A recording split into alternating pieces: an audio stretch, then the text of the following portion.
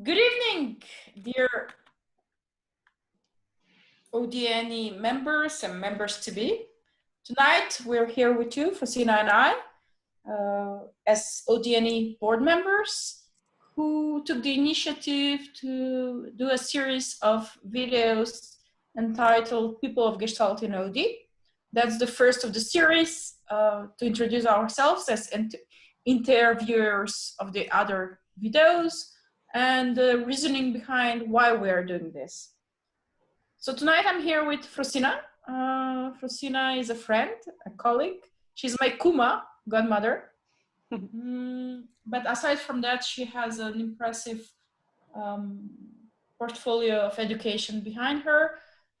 She has a bachelor in psychology, a master in psychology and counseling, and she's currently doing her organizational psychology PhD. She completed her Gestalt therapy training in 2016 from the EAP and EAGT accredited Gestalt Institute Skopje. She went ahead to do the foundation training of relational organizational change, relational organizational Gestalt, and then she went on to do the systemic mapping coaching training together with Jenny McCoon. She went on as supervisor training certificate from relational change, and now she works at Go Center as a trainer, supervisor, coach, OT consultant, psychotherapist. She's also the head of learning and development and an international recruitment company.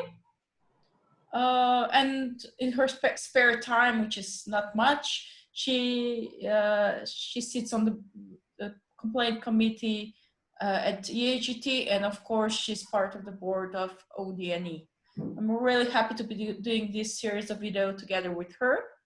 I've emphasized the relationship we have, both working and personal, in terms of her being my godmother and friend, because it's relevant to how we perceive Gestalt and how we perceive change to occur.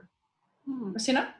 Thank you, Angelika, for introducing me and for doing the intro for all those who are going to watch all the videos that are going to follow from today onwards.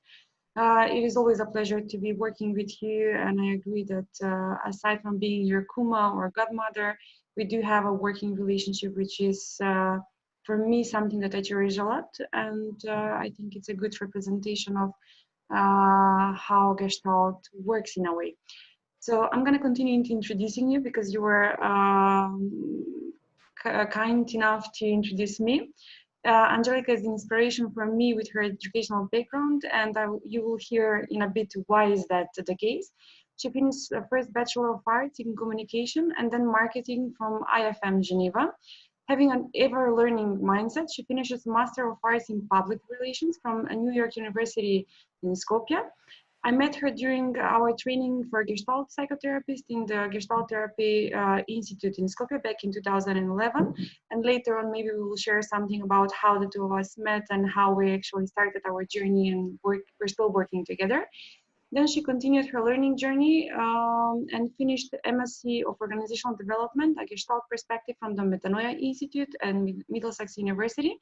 Then the foundation training of relational organizational Gestalt at relational change that she mentioned that we were doing together, systemic mapping coaching training with Jenny McCoon that we also attended together, and this is where our friendship and working relationship become even stronger than previously. And then we did the supervision training at relational change. I can continue naming tons of other trainings that Angelika has finished throughout the years, and all of those are going to be just support on what I have previously said, that she has an ever-learning mindset and is an inspiration for me when it comes on that note. She's an entrepreneur by heart, and she's currently leading her family business beginning from 2007, if I'm not wrong. She's the founder of Go Center for People and Organizational Development, and today she works as a coach, OD consultant, supervisor, and trainer, and is EAGT GPO accredited. Today, together with me, she talks as one of the ODNE board members, which is one of the roles that each one of us holds, and is actually tying us to work together on these videos that we're going to present from in the next few months. So if I have missed something, Angelika, please. No. I always have. It's just on point. I was thinking about our next educational venture, which is online now that we can't travel. And one of the good things is people got accustomed to Zoom, so it was relatively easy to get people to do the interviews. So what's our background, why we wanted to do the videos? As you heard, Gestalt is something we do quite a bit. We even named the Go Center Gestalt and Organization Center after the methodology we use. Why is that? Please feel free to chip in, Frosina, but for me, Gestalt is a philosophy of being, as Dr. Tali Bar-Levin says quite often and has written about, and it's not about a methodology, and it's more about a way of being and how we show up in the world. Why is it even more relevant today? Needless to say that Buka has become a household name today. Having a methodology that allows to deal with change on an ever-present base is quite a richness, but also a responsibility in terms of what does this methodology have to give us and how different it is. So our idea was to really get a sense of different practices around Europe, different schools of thoughts, sometimes competing, sometimes alongside, but at the end with the same background of Gestalt.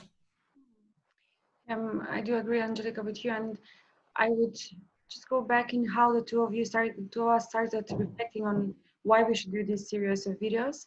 I guess first of all, for me, as you already know, it was because a lot of people do not fully understand Gestalt methodology in organizations. It's a word which is mostly related to psychotherapy, at least in the part of the world where we are finding currently ourselves. And then because it's too pity for Gestalt as a philosophy and as a way of working to be only aimed at for individuals, but also there are a lot of ways of how we can use it into organization and how we can support change alongside. So I guess for me, one of the main reasons why we're doing this is bringing Gestalt more to the corporate and corporate world, and introducing how it can be used, as you said, for VUCA times and dealing with complexity, and how it can be done different in the maybe other modalities. So Gestalt has been present all alongside OD for some time, but it's recently gaining quite a lot of momentum. And that's probably you will have the chance to see different modalities and different ways of thinking that have evolved from Gestalt. I'm thinking about relational organization, Gestalt, I'm thinking about whole intelligence, which give us a different language to speak about Gestalt, to be more accessible to the wider field.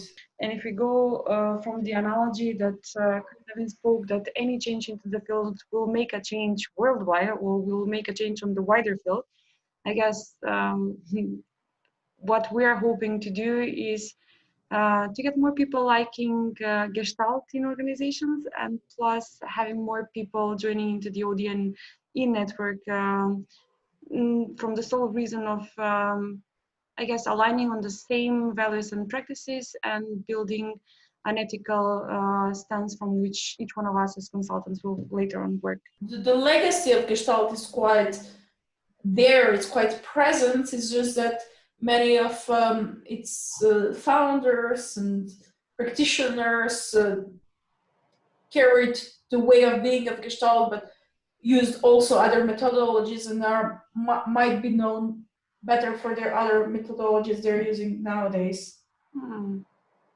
Yeah, as you were saying this, it does resonate with me, and it's true that especially the not good enough syndrome that Petrushka talks about is something that we can see in organizations worldwide, and it's, I would say, syndrome according to which a lot of people function. I will start from myself, and then I will look at the wider systems that are existing. And I guess for me, when I started the Gestalt journey, I was surprised of how many materials there are and how much people have been working throughout the years, but it was somehow not visible, or it gained different words and namings in order to be more accessible to the wider field. Because I guess whenever we mention Gestalt, that's something that's related to more a psychological term, and it might be something that's setting off people to accept it easily. Mm. And of course, when we are talking about the differences of the Gestalt approaches, Frosina and I have tried to invite all strands of Gestalt we thought were the main strands. Of course, there are probably hundreds of them, but we had to choose dozens. So we didn't stay only in Europe. We went in the US as well because they have a strand of Gestalt there. Actually, the strand of Gestalt in Europe was important from the US, which you will hear in some of the videos we will be interviewing. So it's really about how we can find the roots or explore the roots of Gestalt in order to get our viewers to know a bit more and get our viewers to be a bit more intrigued, and for those of you who know Gestalt, to get to know more different strands which you might not know because you haven't had the chance to encounter, and at the same time really start a conversation on Twitter and on Facebook on what do you like, what do you don't like about our videos, and how can you incorporate maybe the Gestalt methodology into your work. It's interesting now, as you mentioned, the videos that are following, all the names of the people that are going to be on the videos are passing through my mind. And what's common for them is that we're all related by Gestalt, yet each one of them practices Gestalt in a bit different way than one from another. And in those videos, what people will be able to hear, I guess, is some of the new ways or new strings, some of the old strings, some of the history of Gestalt, which I think it's really important for us to be familiar with, so that we can actually build on and choose what works and what doesn't work from us. And I will speak for myself that the way of how I learned Gestalt as psychotherapist helped me quite a bit.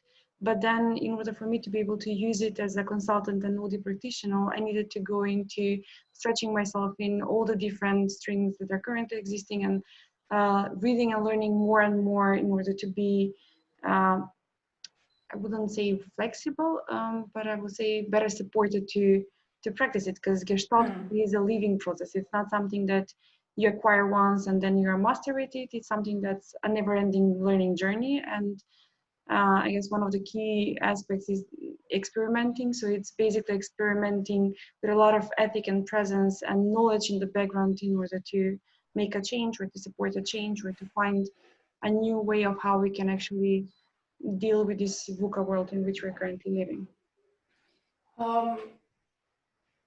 Thanks for Sina. It makes really good sense, and I also want to share what came to us as well with the BLM movement. We decided to incorporate a diversity question in every interview. And why is it important?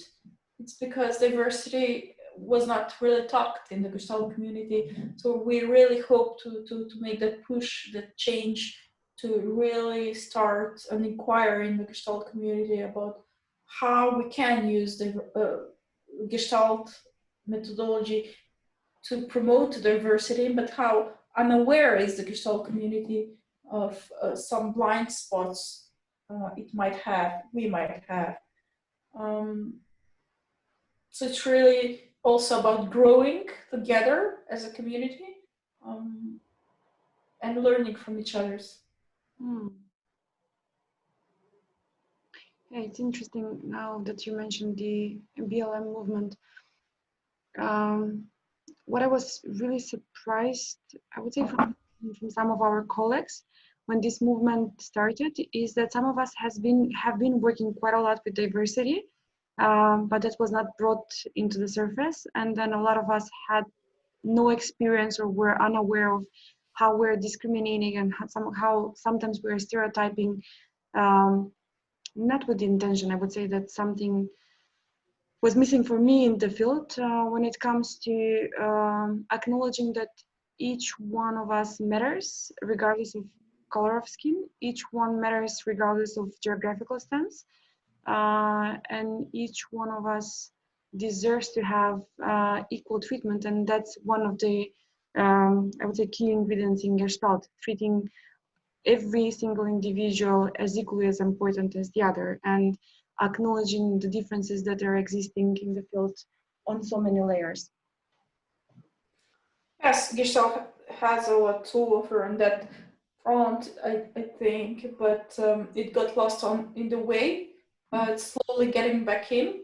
So what we did was really invite people that work with diversity and have some Gestalt background. So they might not be purely Gestaltists, but they do work with diversity and they do use Gestalt, just to show that the marriage of the two is possible. And in terms of diversity, we do have academic speakers, but we also have people who do it, people who work in corporates, who are hands-on internally and externally, and who work as OD consultants and with a Gestalt background. Yeah, and it's interesting how they're merging different methodologies. Even for some of them, people might get surprised of how those who are practicing Gestalt in their everyday work manage to combine methodologies that are not even on a first glance related. And this might be really inspiring, especially for people working in tech and automotive companies, but also who are familiar with some of the methodologies around project management and facilitation. But also, I guess we'll have a lot of people who are going to be quite inspirative for those who are working in NGOs and who are working on a lot of projects for supporting those who are in need, or those who are on the verges of on the margins, or I don't know the correct English word, but yeah.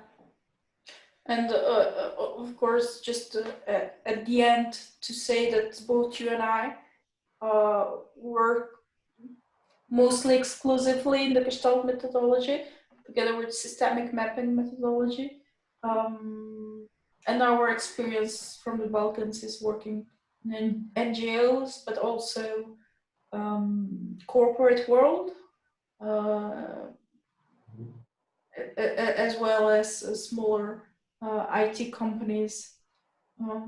So it's a methodology that can be worked, that can be applied, and has a lot to offer on the terms of self as instrument.